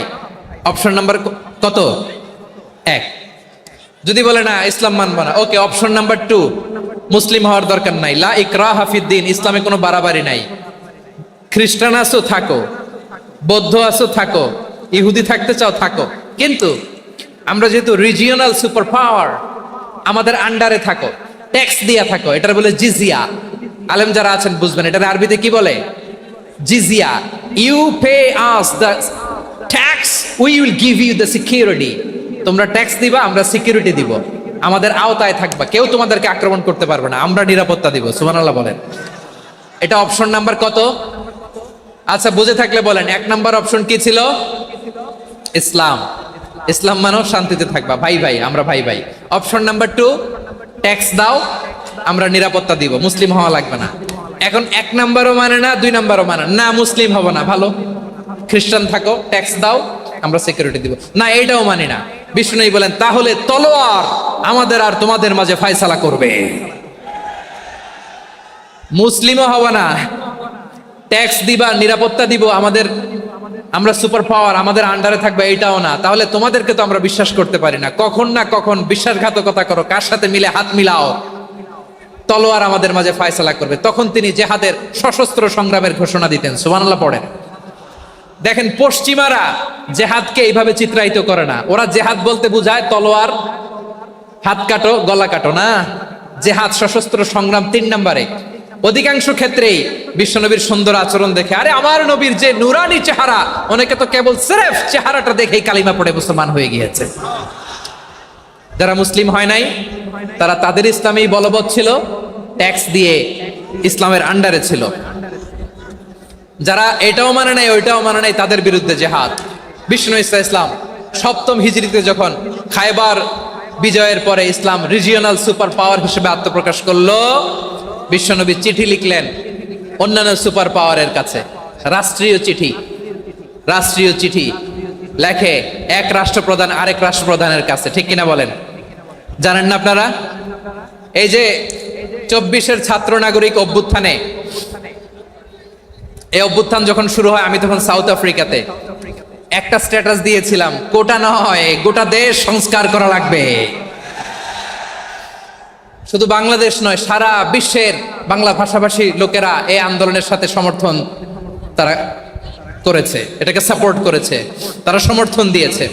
আমাদের ইউনাইটেড আরব আমিরাতের বাংলাদেশি ভাইয়েরা তারা সেখানে রাস্তায় নেমে এসেছিল, জানেন? ওইখানে ডেমনস্ট্রেশন করা যায় না, সেখানকার সরকার তাদেরকে যাবজ্জীবন দিয়েছিল। তখন আমাদের এই যে প্রধান উপদেষ্টা ডক্টর মোহাম্মদ ইউনূস সরাসরি G2G বলে, এটারে G2G, government to government, G2G, উনি চিঠি লিখলেন যে তাদেরকে, ইউর হাইনেস, হে সম্মানিত আমির, আপনি আমার এই চিঠির কারণে আমার সম্মানে এই 53 জন বাংলাদেশিকে মাফ করে দেন। এই চিঠির বদৌলতে বেকসুর খালাস পেয়ে গিয়েছিল আমাদের ভাইরা, জানেন না এই ঘটনা আপনারা? তাহলে গভর্নমেন্ট টু গভর্নমেন্ট চিঠি দেওয়া হয়। সপ্তম হিজরিতে বিষ্ণু ইসলাম সব সুপার পাওয়ারের কাছে চিঠি দিলেন, রোমান সম্রাটের কাছে, পারস্য অধিপতির কাছে, মিশরের অধিপতির কাছে, সবার কাছে চিঠি লিখলেন। চিঠির ভাষা ছিল এরকম, মিন মুহাম্মাদিন রাসূলিল্লাহ ইলা মুকাওকিস আযীমিল কিবত, মুহাম্মদ রাসূলুল্লাহর পক্ষ থেকে মিশরের বাদশার কাছে, আসলিম তাসলাম, ইসলাম মানো শান্তিতে থাকবা, সালামুন আলা মান ইত্তাবা আল হুদা, শান্তি তার জন্য যে হেদায়েতের অনুসরণ করে। সুবহানাল্লাহ পড়েন। তো এই চিঠি অনেকে ভালোভাবে রিসিভ করেছে, অনেকে এই চিঠি পাওয়ার পরে নবীর কাছে আবার ইন রিটার্ন উপহার পাঠিয়েছে। কি পাঠিয়েছে? উপহার। মিশরের বাদশা মুকাওকিস তিনি বিশ্বনবীকে বিশাল এক উপহারের ডালি পাঠিয়েছেন। মিশরের বাদশা মুকাওকিস ছিলেন ধর্মে খ্রিস্টান। লালমনিরহাটের ভাইয়েরা আওয়াজ করে বলেন, মিশরের বাদশা ধর্মে কি ছিল? খ্রিস্টান। কি উপহার দিয়েছিল আমার নবীকে? শুনতে মনে চায়? আওয়াজ নাই লালমনিরহাটের গলায়, শুনতে মনে চায়? 1000 স্বর্ণ মুদ্রা, 1000 স্বর্ণ মুদ্রা। 2টা খ্রিস্টান দাসী, একজনের নাম মারিয়া বিনতে শামউন আল কিবতিয়া, আরেকজনের নাম সিরিন বিনতে শামউন আল কিবতিয়া। একজন খ্রিস্টান দাস 20 থান কাপড় জামা বানানোর জন্য, আমরা নবী যেন সেলাই করে জামা বানাতে পারে এজন্য 20 থান কাপড়, 20 থান ফাইন গার্মেন্ট। সুবহানাল্লাহ পড়বেন না?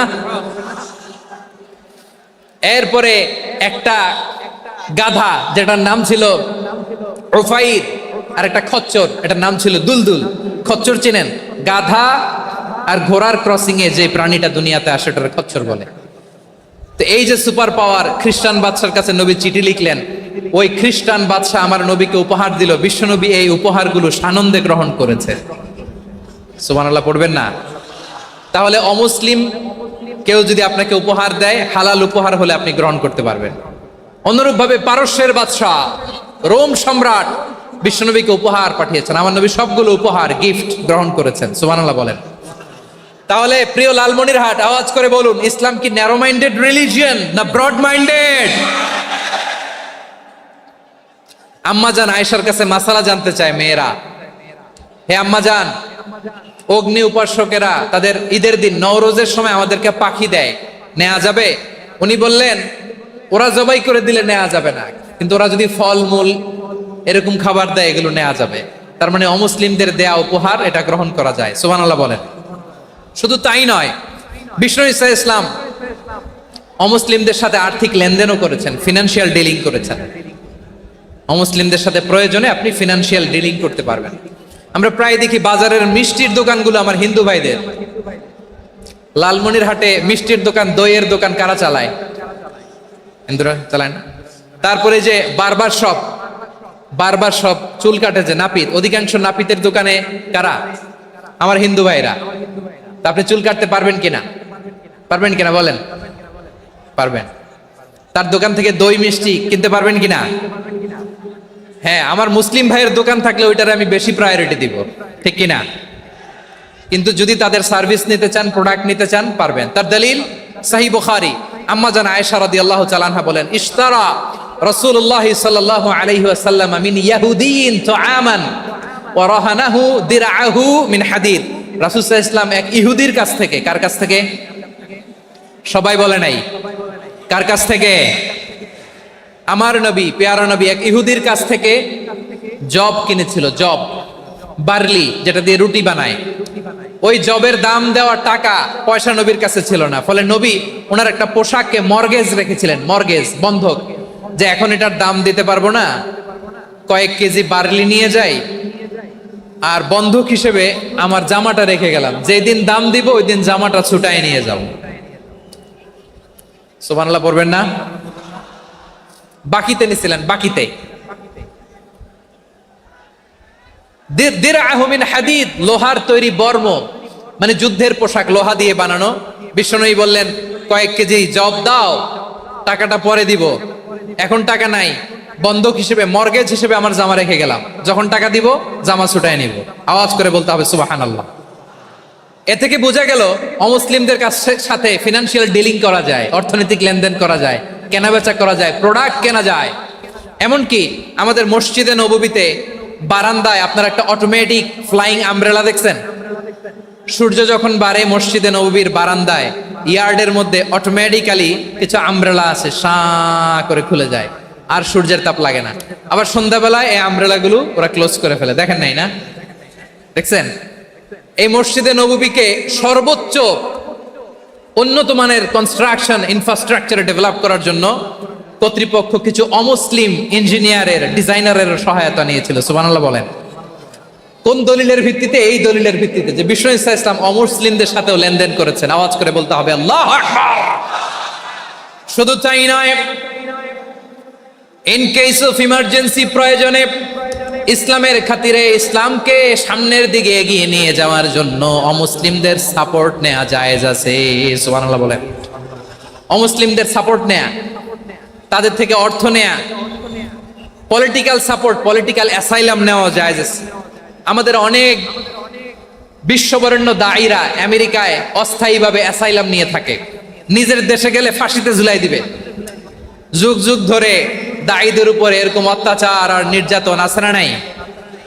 মিশরের অনেক দায়ীরা পাশ্চাত্যে যেয়ে থাকে, এই যে তারা পলিটিক্যাল অ্যাসাইলাম নিয়ে থাকে, রাজনৈতিক আশ্রয়, এটা জায়েজ আছে না? এটা যে জায়েজ আছে তার প্রমাণ স্বয়ং বিশ্বনবী সাল্লাল্লাহু আলাইহি ওয়াসাল্লাম পলিটিক্যাল সাপোর্ট নিয়েছিলেন অমুসলিমদের কাছ থেকে। সুবহানাল্লাহ বলেন।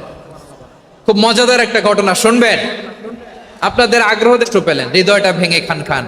যিনি ঘরের ভেতরে বিশ্বনবীকে সান্ত্বনা দিতেন, ভালোবাসা দিতেন, বাইরে গেলে কুরাইশরা বকাঝকা করে, অত্যাচার করে, কিন্তু আম্মা জান খাদিজা রাদিয়াল্লাহু তাআলা আনহা ঘরটারে এমন শান্তির নীড় বানায় রেখেছেন, এই ঘরের ভিতরে ঢুকলে বিশ্বনবীর কলিজাটা ঠান্ডা হয়ে যেত। এজন্য রব্বুল আলামিন বলেন, খাদিজা, ও আমার বান্দি খাদিজা, জান্নাতে এমন স্পেশাল একটা ঘর আমি তোমার জন্য রেডি করে রেখেছি। ওই ঘরের মধ্যে কোনো আওয়াজ নাই, ওই ঘরের মধ্যে কোনো নয়েজ নাই, ওই ঘরে কোনো বিশৃঙ্খলা নাই। কারণ মক্কার জমিনে আমার নবী কুরাইশদের বিশৃঙ্খলা, নয়েজ আর ঝামেলাগুলোকে উপেক্ষা করে যখন তোমার ঘরের ভেতরে ঢুকতো, ঘরটারে তুমি শান্তির নীড়, ঠান্ডা, নীরব, নিস্তব্ধ, নিঝুম আর শান্তির নীড় বানিয়ে রেখেছো। এজন্য জান্নাতে স্পেশাল একটা শান্তির নীড় আমি তোমারে উপহার দেব। ওই প্রিয়তমা স্ত্রী খাদিজা ইন্তেকাল করলেন, বিশ্বনবীর হৃদয় ভেঙে খান খান। আবার ওনার চাচা আবু তালেব ইন্তেকাল করলেন, যিনি পলিটিক্যাল শেল্টার দিতেন নবীকে। কে দিতেন? আবু তালেবের ভয়ে, বিশ্বনবীর এই চাচার ভয়ে কোনো মুশরিক নবীর গায়ে হাত দেওয়ার সাহস পায় নাই। এখন স্ত্রীও নাই, চাচাও নাই, নবীকে আশ্রয় দেওয়ার কেউ নাই, নবীর চারদিকে অন্ধকার। নবী এখন কই যাবেন? আমার পেয়ারা নবী নতুন স্টেশন খুঁজতেছেন, নতুন দাওয়াতি প্ল্যাটফর্ম খুঁজতেছেন। তিনি যায়েদ বিন হারেসা রাদিয়াল্লাহু তাআলা আনহুকে নিয়ে মক্কার পাশের একটা নেইবরিং সিটি তায়েফে চলে গেলেন। কোথায় চলে গেলেন? লালমনিরহাটের ভাইয়ের আওয়াজ করে বলেন, কোথায় গেলেন? তায়েফে চলে গেলেন দিনের দাওয়াত দেওয়ার জন্য। কি দেওয়ার জন্য? নাকি জমি কিনতে গেছিলেন? জমি কিনতে, দুনিয়ার যশ খ্যাতির জন্য, নিজের কোনো লাভের জন্য? তায়েফবাসীদেরকে জাহান্নামের আগুন থেকে বাঁচানোর জন্য। আওয়াজ করে বলতে হবে ঠিক কি না? বিশ্বনবী বিশাল মরুপথ, পাহাড়ি পথ পাড়ি দিয়ে তায়েফের মরুজমিনে গেলেন কোরআনের দাওয়াত নিয়ে, ইমানের দাওয়াত নিয়ে। কিন্তু তায়েফের লোকেরা বিশ্বনবীর দাওয়াতকে শুধু প্রত্যাখ্যান করেই থামে নাই, তারা বিশ্বনবীর সাথে অত্যন্ত খারাপ আচরণ করেছে। বিশ্বনবীকে শারীরিকভাবে হেনস্থা করেছে, আমার নবীকে শারীরিকভাবে অত্যাচার করেছে, আমার পেয়ারা নবীর গায়ে পাথর মেরেছে, বিশ্বনবীর গা বেয়ে ঝরঝর করে রক্ত ঝরেছে, নবী জামিনের মধ্যে লুটিয়ে পড়েছেন, আবার মেরেছে, আবার নবী হাঁটতে শুরু করলেন, পেছন থেকে আবার মেরেছে, আবার নবী রক্তাক্ত হয়ে জামিনের মধ্যে লুটিয়ে পড়লেন, আবার মেরেছে। বিশ্বনবীর মতো এত সুশ্রী মানব, বিশ্বনবীর মতো এত শুভ্র মানব, বিশ্বনবীর মতো এমন চমৎকার দেহাবয়ব দিয়ে রব্বুল আলামিন কাউকে বানান নাই। এরকম চমৎকার মানুষটাকে তারা তায়েফের ওই জমিনে রক্তাক্ত করেছে। বিশ্বনবী দুনিয়ার কোনো স্বার্থের জন্য সেখানে যান নাই, নিজের কোনো লাভের জন্য, প্রাপ্তির জন্য যান নাই, তায়েফবাসীদের জাহান্নামের আগুন থেকে বাঁচাতে গিয়েছে। আমি কেমন করে হে রাসূল তোমাকে ভুলি, আমি কেমন করে। পারেন না আপনারা? ধরুন আমার সাথে। হাজার ব্যথা বেদনার পরে ফিরে আসনি তুমি আপন ঘরে, দিনের আলো তুমি ছড়িয়ে দিতে, চলে গেলে মদিনায় মক্কা ছেড়ে।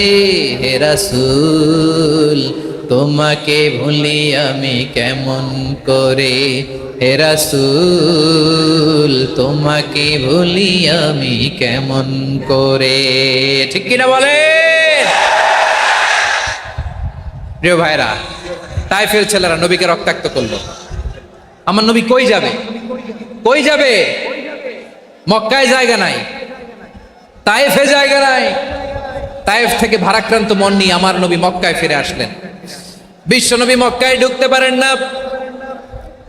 মক্কার মরুভূমির দিকে তাকিয়ে, উপত্যকার দিকে তাকিয়ে বিশ্বনবী ধা ধা করে কাঁদেন, ঝরঝর করে। নবীর চেহারা মোবারক থেকে চোখের পানিগুলো বেয়ে বেয়ে পড়ে। আমার জন্মস্থান, আমার শৈশব, কৈশোর, যৌবন কেটেছে এই মক্কায়, আমার এলাকায় আমি ঢুকতে পারি না। বিশ্বনবী মক্কার অনতি দূরে দাঁড়িয়ে জায়েদকে পাঠালেন, জায়েদ যাও দেখো কেউ আমাকে সাপোর্ট করার মতো আছে কিনা, যাও অমুকের কাছে যাও।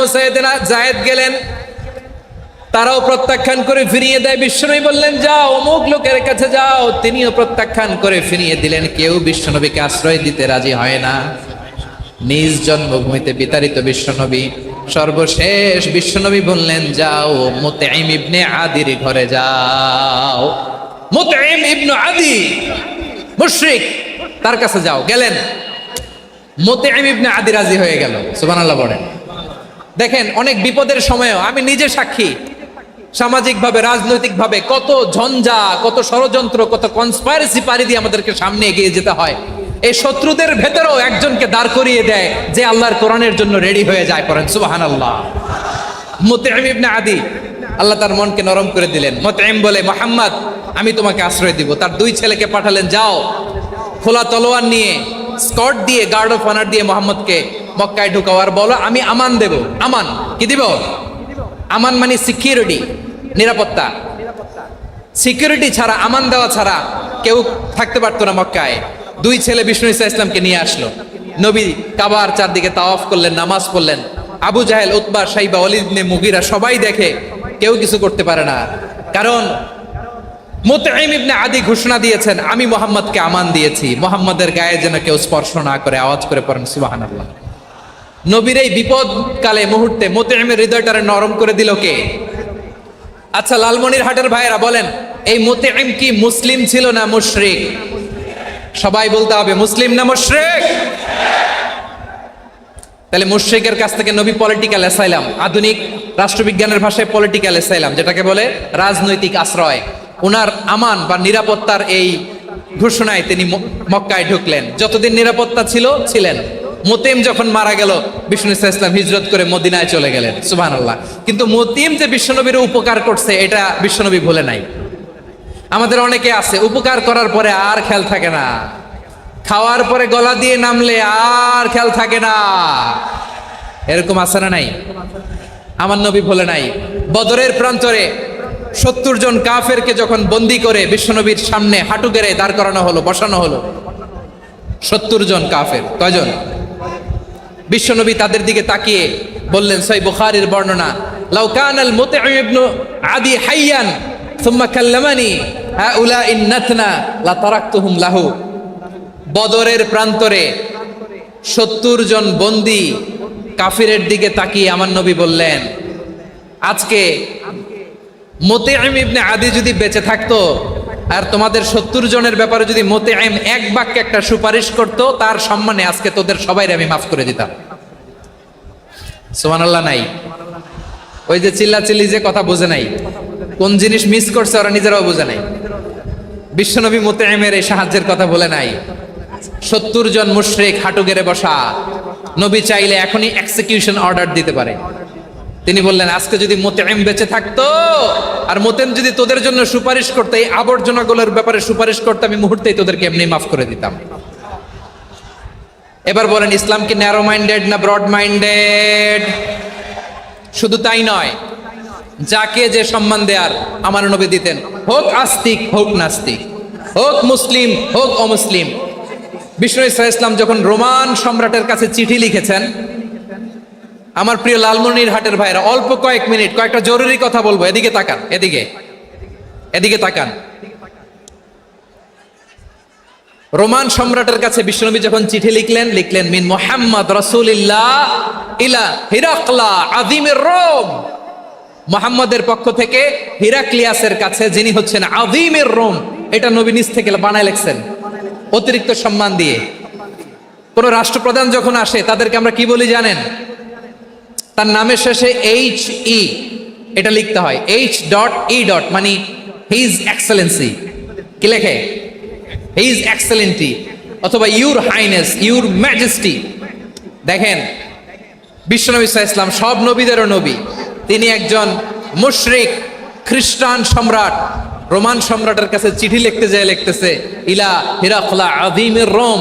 হিরাক্লিয়াসের কাছে আমার চিঠি, যিনি রোমের আযীম, হিজ হাইনেস, মানে রোমের অনেক সম্মানিত এক বাহাদুর। আওয়াজ করে বলেন সুবহানাল্লাহ। তার মানে যাকে যে সম্মান দেয়ার এটা বিশ্বনবী দিতেন। এমনকি যে ইহুদিরা ভালো ছিল, এই ইহুদিদেরও প্রশংসা করেছেন বিশ্বনবী মুহাম্মদুর রাসূলুল্লাহ সাল্লাল্লাহু আলাইহি ওয়াসাল্লাম। এক ইহুদির প্রশংসা করেছেন বিশ্বনবী। ইহুদির কার? আমি তো আমার ভাইয়ের প্রশংসা করি না, আমি তো এক আলেম আরেক আলেমরে স্পেস দেই না, আমি তো এক দায়ী আরেক দায়ীর সাথে বসতে চাই না। আমার নবী ইহুদির প্রশংসা করে। কার প্রশংসা? ওই ইহুদির নাম ছিল মুখাইরিক। সিরাত গ্রন্থ ঘাটলে পাবেন। তিনি বলেছেন, মুখাইরিক খাইরু ইয়াহুদ, Mukhayriq is the best of the Jews. জুইশদের মধ্যে সে সবচেয়ে ভালো। কেন প্রশংসা করলেন তার? এর কারণ মদিনা চার্টারে কথা ছিল সব ধর্মের মুসলিম, মুশরিক, ইহুদিরা মিলে মদিনাকে রক্ষা করবে। কিন্তু 3য় হিজরিতে যখন উহুদের যুদ্ধ শুরু হলো, সবার কথা ছিল যেই আক্রমণ করে আমরা মদিনাকে বাঁচাবো। কোন শহরকে বাঁচাবো? মদিনাকে। কিন্তু কুরাইশরা যখন অ্যাটাক করলো, ইহুদিরা আর আসে না, ইহুদিরা আর বেরোয় না। বিষ্ণু বললেন, ওহে ইহুদিরা, তোমরা না চুক্তি করলে আমার সাথে যে মদিনা বাঁচাতে সবাই ঝাঁপিয়ে পড়বো, আসো। একটা ইহুদিও বেরোয় না, কেউ আসে নাই সেদিন, একজন ছাড়া। তার নাম মুখাইরেক। তার নাম কি? মুখাইরেক বাহাদুরের মতো ঘোড়সাওয়ার হয়ে বেরিয়ে গেলেন এবং বললেন, গোটা ইহুদি সাম্রাজ্যের একজনও যদি না আসে, আমি মুখাইরেককে কেউ ঘরে আটকে রাখতে পারবে না। বেরিয়ে আসলেন, এসে বললেন, আমি মুহাম্মদের পক্ষে যুদ্ধ করব। আমি মারা গেলে আমার সম্পদ আমার উত্তরাধিকারীরা পাবে না, আমার সম্পদ তোমরা মুহাম্মদকে দিয়ে দিবা। সুবহানাল্লাহ বলেন। উহুদের ময়দানে 70 জন মুসলমান শহীদ হলো। এই ইহুদি, সেও মুসলমানের পক্ষে যুদ্ধ করে নিহত হলো। সুবহানাল্লাহ বলেন। মুসলিমদের লাশ যখন নিয়ে আসা হলো, এই মুখাইরিকের লাশও নিয়ে আসা হলো। মুসলিমদের লাশের পাশে মুখাইরিকের লাশ দেখে বিশ্বনবী মুখাইরিকের প্রতি অনেক খুশি হলেন। আর বিশ্বনবী খুশি হয়ে বললেন, মুখাইরিক খৈরু ইয়াহুদ, মুখাইরিক যদিও তুমি ইহুদি, তারপরে তুমি সব ইহুদিদের মধ্যে সেরা ইহুদি। পড়েন সুবহানাল্লাহ। আমার নবী ইহুদিকেও সম্মান দিতে কার্পণ্য করে নাই। আওয়াজ করে বলেন আল্লাহু আকবার। প্রিয় ভাইরা, এবার সর্বশেষ আওয়াজ করে বলেন, ইসলাম কি ন্যারো মাইন্ডেড নাকি ব্রড মাইন্ডেড? সবাই বলেন ন্যারো মাইন্ডেড না ব্রড মাইন্ডেড? এজন্য অমুসলিম হইলেই তারা আমাদের শত্রু নয়। শত্রু কারা? এই লালমনিরহাটের ভাইয়েরা শোনেন, শত্রু কারা? যে সমস্ত অমুসলিম আমাদেরকে নিশ্চিহ্ন করে দিতে চায়, যে সমস্ত অমুসলিম আমাদের ভূখণ্ড থেকে আমাদেরকে তাড়িয়ে দিতে চায়, যে সমস্ত অমুসলিম আমার ধর্ম নিয়ে তুচ্ছতাচ্ছিল্য করে চিল্লায় বলেন ঠিক কিনা, তারা আমাদের শত্রু। সাধারণ অমুসলিমরা আমার শত্রু নয়। এই যে হিন্দুরা থাকে এরা আমার ভাই, বৌদ্ধরা আমার ভাই, খ্রিস্টানরা আমার ভাই, ইহুদিরা আমার ভাই। তারা দিনই ভাই নয়, তারা মায়ের পেটের ভাই নয়, তারা মানবিক দিক থেকে ভাই। ও মানুষ, আমিও মানুষ। ইসলাম মানুষকে সম্মান করে, চিল্লায় বলো ঠিক কিনা। যারা আমাদের অস্তিত্বকে নিশ্চিহ্ন করতে চায়, যারা আমাদের ভূখণ্ডকে দখল করতে চায়, যারা আমাদেরকে নিয়ে মকারি করে, ফান করে, টিটকারি করে, আমার ধর্ম নিয়ে খেলা করে, তাচ্ছিল্য করে, ওদের বিরুদ্ধে আমাদের জিহাদ। সাধারণ মুসলিম আমাদের শত্রু নয়। আপনি জানেন নিউ ইয়র্কে, আমি তো নিউ ইয়র্কে ছিলাম অনেকদিন, ওখানে ফিলিস্তিনিদের পক্ষে যখন আমরা মিছিল করেছি, অনেক ইহুদি আমাদের সাথে মিছিলে দাঁড়িয়েছে। কারণ ওরাও জানে এই ভূখণ্ড ফিলিস্তিনিদের ভূখণ্ড। আওয়াজ করে বলো লালমনিরহাট ঠিক কিনা। ইসরায়েলের রাজধানী খোদ তেল আবিবে অনেক ইহুদিরা বেঞ্জামিন নেতানিয়াহু তার বিরুদ্ধে মিছিল করেছে। তো তারা কি আমাদের শত্রু? না। অনেক খ্রিস্টান আমাদের সাথে আমাদের স্বার্থ রক্ষায় আমাদের পাশে দাঁড়িয়েছে। খেয়াল রাখবেন, হিন্দু আর হিন্দুত্ববাদ এক নয়, ইহুদি ধর্ম আর জায়নিজম এক নয়। জায়নিজমের বিরুদ্ধে আমাদের সংগ্রাম, আমাদের জেহাদ, চিল্লায় বলেন ঠিক কিনা। এই যে ফিলিস্তিনের ভাইয়েরা, তারা তাদের স্বাধীনতা সংগ্রামের জন্য লড়াই করছে, করে যাচ্ছে, আমরা এটাকে সমর্থন জানাই, চিল্লায় বলো ঠিক কিনা। কাশ্মীরের ভাইয়েরা স্বাধীনতার জন্য সংগ্রাম করছে, আমরা সেই সংগ্রামকে সমর্থন জানাই, আওয়াজ করে বলো ঠিক কিনা। যারাই আমাদের ইসলামকে নিশ্চিহ্ন করতে চায় তাদের বিরুদ্ধে আমাদের সংগ্রাম, আওয়াজ করে বলতে হবে ঠিক কিনা। ওই সমস্ত দুর্বৃত্তদের সাথে আমাদের কোনো সম্পর্ক নাই। আমরা যদি ঐক্যবদ্ধ থাকতে পারি, ওই দুর্বৃত্তরা চান্স পাবে না। আমরা ঐক্যবদ্ধ থাকতে রাজি আছি। লালমনিরহাটের ভাইয়েরা, আমরা ঐক্যবদ্ধ থাকলে ওই দুর্বৃত্তদের কালো হাত ভেঙে দিতে আমাদের সময় লাগবে না। তাদের কালো হাত ভেঙে দিতে রাজি আছো মুসলমান? কারা কারা রাজি? দু হাত তুলে দেখাও।